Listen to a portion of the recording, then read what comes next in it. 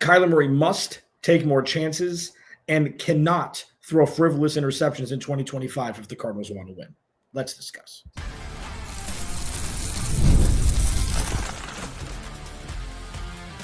You are Locked On Cardinals, your daily Arizona Cardinals podcast. Part of the Locked On Podcast Network, your team every day. It's Alex Clancy here. Follow me on Twitter at Clancy's Corner. Follow the podcast at Locked On AZ Cards. Thank you for making Locked On Cardinals your first listen.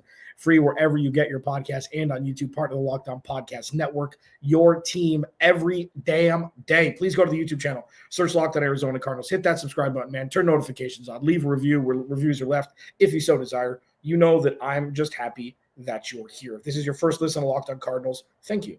Maybe make tomorrow your second listen. You will not be getting Cardinals Squad Show tomorrow or today or tomorrow because the first post-game reaction Cardinal Squad Show will be Saturday night, immediately following my live reaction show, immediately following the Arizona Cardinals game against the Kansas City Chiefs at home, Saturday at 5 o'clock.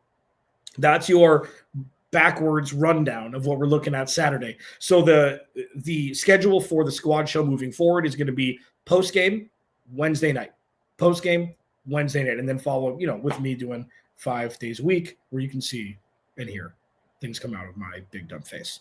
It's Kyler Murray's birthday today. So I thought as a tip of the cap, I would do a Kyler Murray show. What must he do in 2025 for the Cardinals to win? What can't he do in 2025 for the Cardinals to win? And what do I think he will do in 2025? That's always the most fun. So let's start laying these bricks here. The things that Kyler Murray must do, some obvious, some nuanced. And as I teased in the first, he must take more chances. Now, this can mean a lot of different things. Okay. This can mean a lot of different things. But primarily for me, and I've been ramping up to this, explosion of thought here, is just because somebody's open right at the sticks for a first down doesn't mean somebody's more open down the field if you wait a beat, if you go through an extra progression, if you look the other way. And I know that Kyler Murray, even though some don't think, is definitely an above-average quarterback in this league. Doesn't always show it every snap, but all in all, on the field, he's above average. He hasn't won a playoff game. Below average is really, really bad. Okay, so I would say he's still a tweak at least above average. But what I think and what I've seen, and the thing that I saw in camp, the little video clip, I think it was from either Donnie Druin or Tyler Drake, was a dump down to Trey McBride in the middle of the field for what looked to be a first down. And you saw Marvin Harrison Jr. out of the corner of the screen running I think it was a crossing route just over the top of the DB where it would have been a much larger chunk gain, maybe even a touchdown. Those are the things you want to see this next iteration of this offense highlight. Just an extra beat instead of just taking the dump down on second and 7 to gain 5 yards. So you're in striking range for a first down. You want to score a touchdown anytime you can, obviously. So when you see something like this, and when you bring up the conversation like that, it just shows even more of an emphasis on, okay, so the defense is a lot better. The offense has the talent necessary. Why does it look like they're only using half the field at times? Why does it look like it's always dump downs? Why does it look like that? Now, with Trey McBride, specifically Trey McBride, it's like, well, the dude's always open when he runs 5 yards and turns around. That's great. I know it's hard to get first downs and multiple first downs and touchdowns in the league. But if you have an offensive system set up as such to where maybe you use a wide open Trey McBride in the middle of the zone 5 yards out as a decoy, you could have Xavier Weaver or Zay Jones or somebody else who are either running a deep drag route or running just a straight 9 down the sideline on the other side of the field. Like, the Cardinals don't leverage all of their talent that they have. Some of that's on Kyler, some of that's on Petzing. That can't happen in 2025. That's a must-do for Kyler, and that's number one for me, and it's not close. Number two, Kyler Murray needs to find more everybody's looking one way, he's looking the other way plays. Or he's going the other way. Like the San Francisco touchdown early in the season, they're there. They're there. And it seems like either Kyler gets 4 or 5 yards or he's like gone for a huge chunk. Like, and this is also with Drew Petzing. But listen, if you're going to run RPO, RO it. If you're going to run the run pass option, use your legs. And I think that and there have been multiple people who've come out, talked about Kyler Murray in this regard, like a full year and now a half removed from a knee injury. This is when you're back to your 100% full strength. I'm sure a lot of it, especially coming back and then a full season where it's like, it's got to be in your head, a teensy bit. And he's mentioned it. He's alluded to it in some capacity. So he's got to take more chances throwing the ball, watching progressions of pass plays, mature a little bit more. Even if there is somebody open, maybe right at the sticks, you could have a larger chunk gain available. And then number 2, taking more chances in the run game. It's not necessarily how many. So I want to emphasize that. It's not like, okay, he needs to have Lamar Jackson rushing numbers. Not at all. Not at all. What I've been screaming for the last 3 years since pretty much 2021 is the plays that remind defenses that he can do that. You only need maybe 1 or 2 a game, maybe 1 every other game, just to put on film and execute, obviously, what he can do with his legs. Everybody knows, but you forget when they try to make him more of a pocket quarterback. And he's great at it. He's elite at it. He knows his angles so well, where he's always been smaller than everybody else, okay? Always. So he knows his angles. He knows his space. He knows when to slide maybe 3 or 4 yards early. He knows when to get out of bounds. And he knows when to put it into overdrive to try and get 6. We've seen more Kyler Murray touchdown runs in years past than most recently. I mean, you've seen them, but that's something that if he can take more chances and if he can remind people once a game, twice a game, hey, this is what I can do, and that's fully on the quarterback. Every RPO is on the quarterback. It's the quarterback's read. Maybe you're lulling a team to sleep with James Conner or Trey Benson. They're looking one way, and he's housing it on the backside. That's what takes an offense from good to elite. And finally, the must-do for Kyler Murray is he's got to put Marvin Harrison Jr. in the best position to succeed. This is why wouldn't this be one? It's not. It's not. It's the entirety of the offense. It's taking chances, like calculated chances. It's taking chances. His precision is there. His percentage is always there.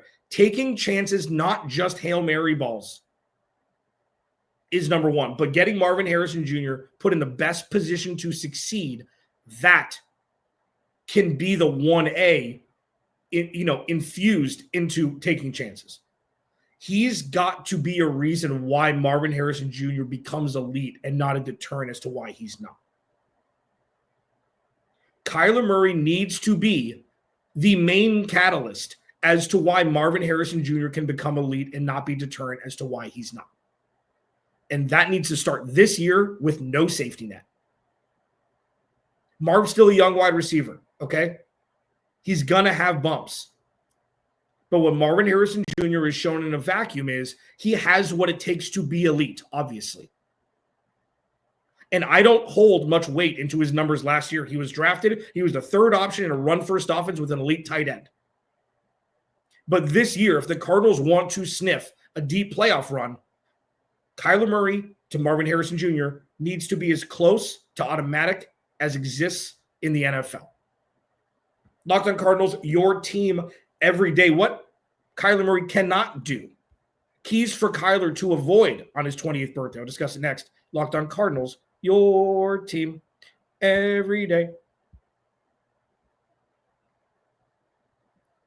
This episode of Locked on Cardinals is brought to you by our friends over at FanDuel. Summer sports are in full swing. Whether you're talking about baseball under the lights, golf on the green, or high-stakes soccer action, FanDuel is the best way to make every game even more exciting. You're already following the action, man.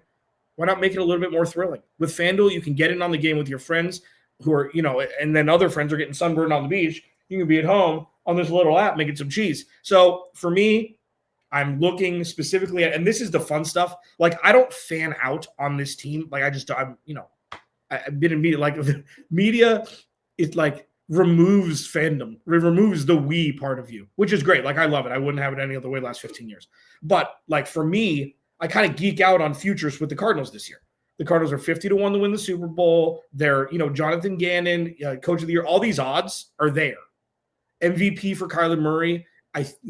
There are options to centralize around the Arizona Cardinals as we get closer to the season. Are you new to FanDuel? New customers can bet just $5 and get $150 in bonus bets if your first bet wins. Open the FanDuel app today or visit FanDuel.com to get started. Please go to the YouTube channel, search Locked On Arizona Cardinals. Hit that subscribe button, man. We're getting close, baby. We are getting close. We've got preseason football Saturday night. You see how uncomfortable I am that I'm just drinking coffee with you? I'll do my full breakdown tomorrow. Like, for those that have watched for a while, it's really just general stuff. Talk about a couple guys to watch, a couple dark horses to watch who are probably going to get some playing time. But it's really just generalities until we get into true bona fide week one. But it'll be fun. What Kyler Murray cannot do in 2025 if the Cardinals want to win a bunch of games. The first and foremost, and he doesn't throw, as many interceptions as some quarterbacks. The ones that just absolutely make me, I don't know, cringe. Cringe isn't right, because that's a huge windup, and then cringe isn't, I don't know, that makes me proverbially want to throw something at the TV. How about that? Gently, of course, like non-violent. Like maybe a flip-flop or something.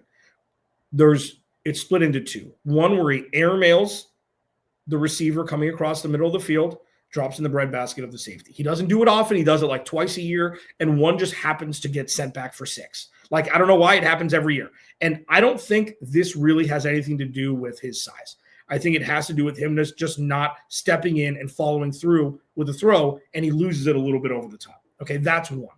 Number two, and if you've watched this team for a while, I defend Kyler Murray, alongside the whole Cliff Kingsbury experiment, everything like that. He ain't perfect by any stretch, but I defend it. You can't defend this one. And it happens more than it should, especially with somebody who has a grasp on this offense, and especially with somebody who's had so many reps with, the receivers, predominantly Trey McBride.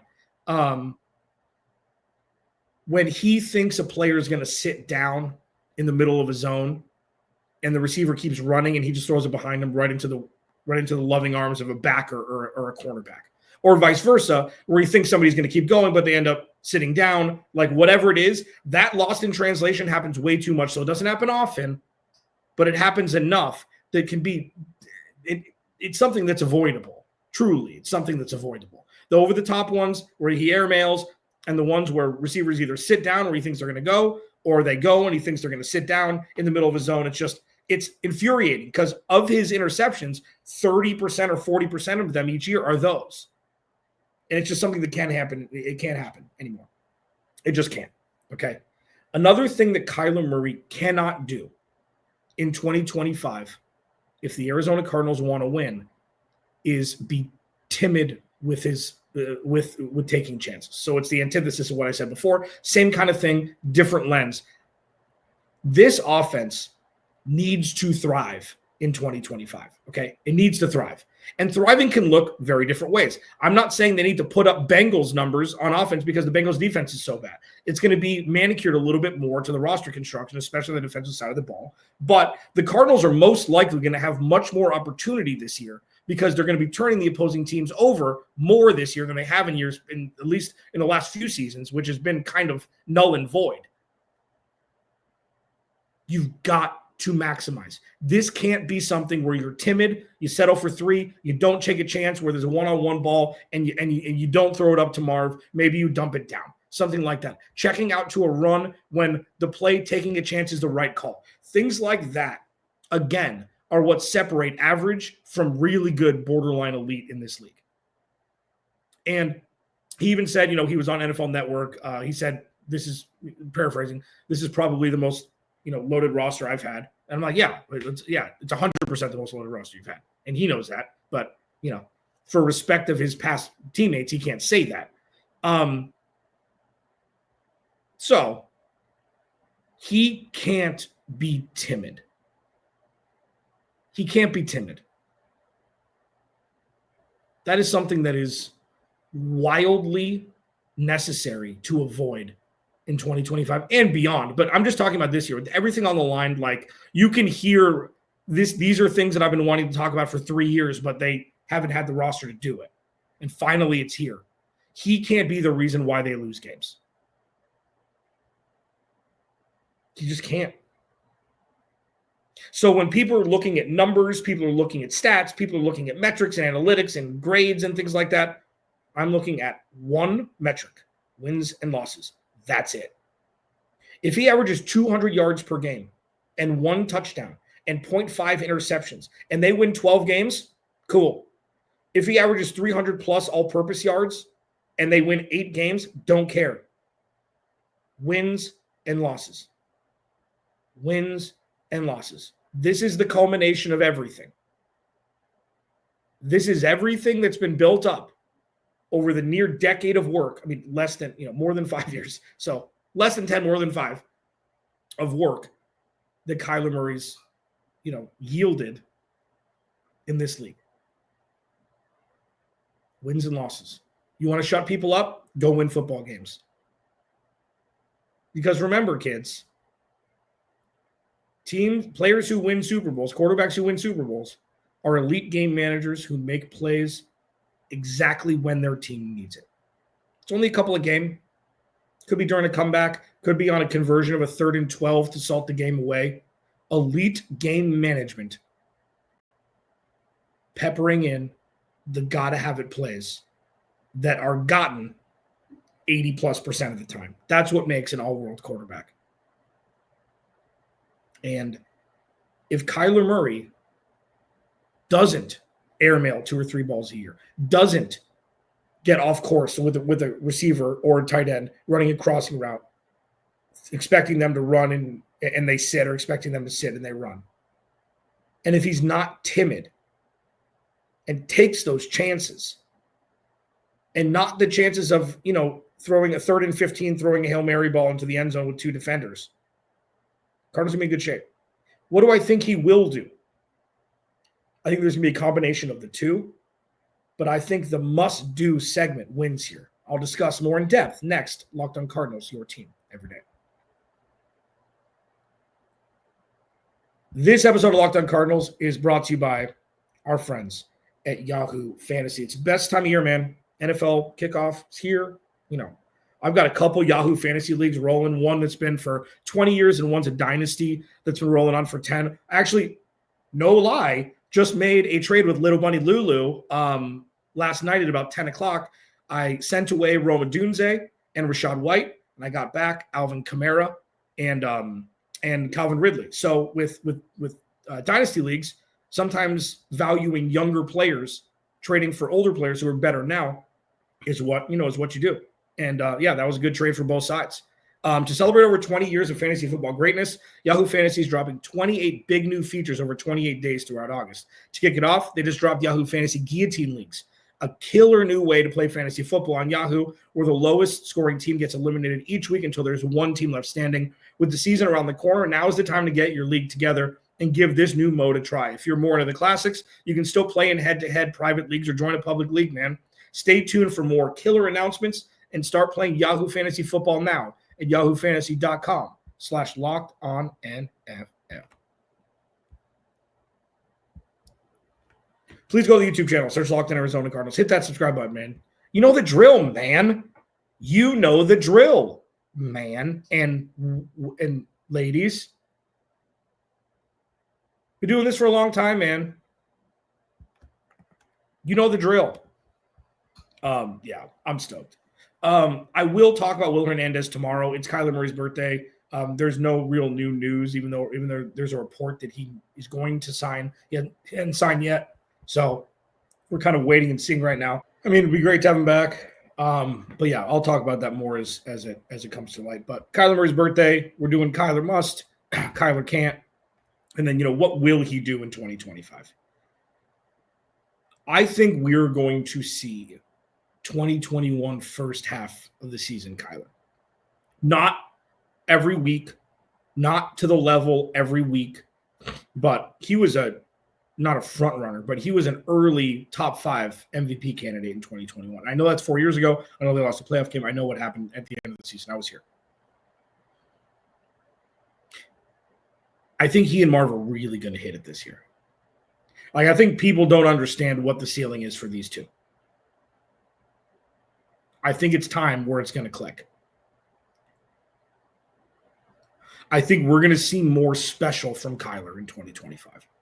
We're going to see more of it on the ground, not necessarily volume, but timing. This is something where you have to massage this offense in a way that you lull a team to sleep just for the moment where Kyler tucks it, takes it, on the backside, on the weak side, and just makes one guy miss and he's gone.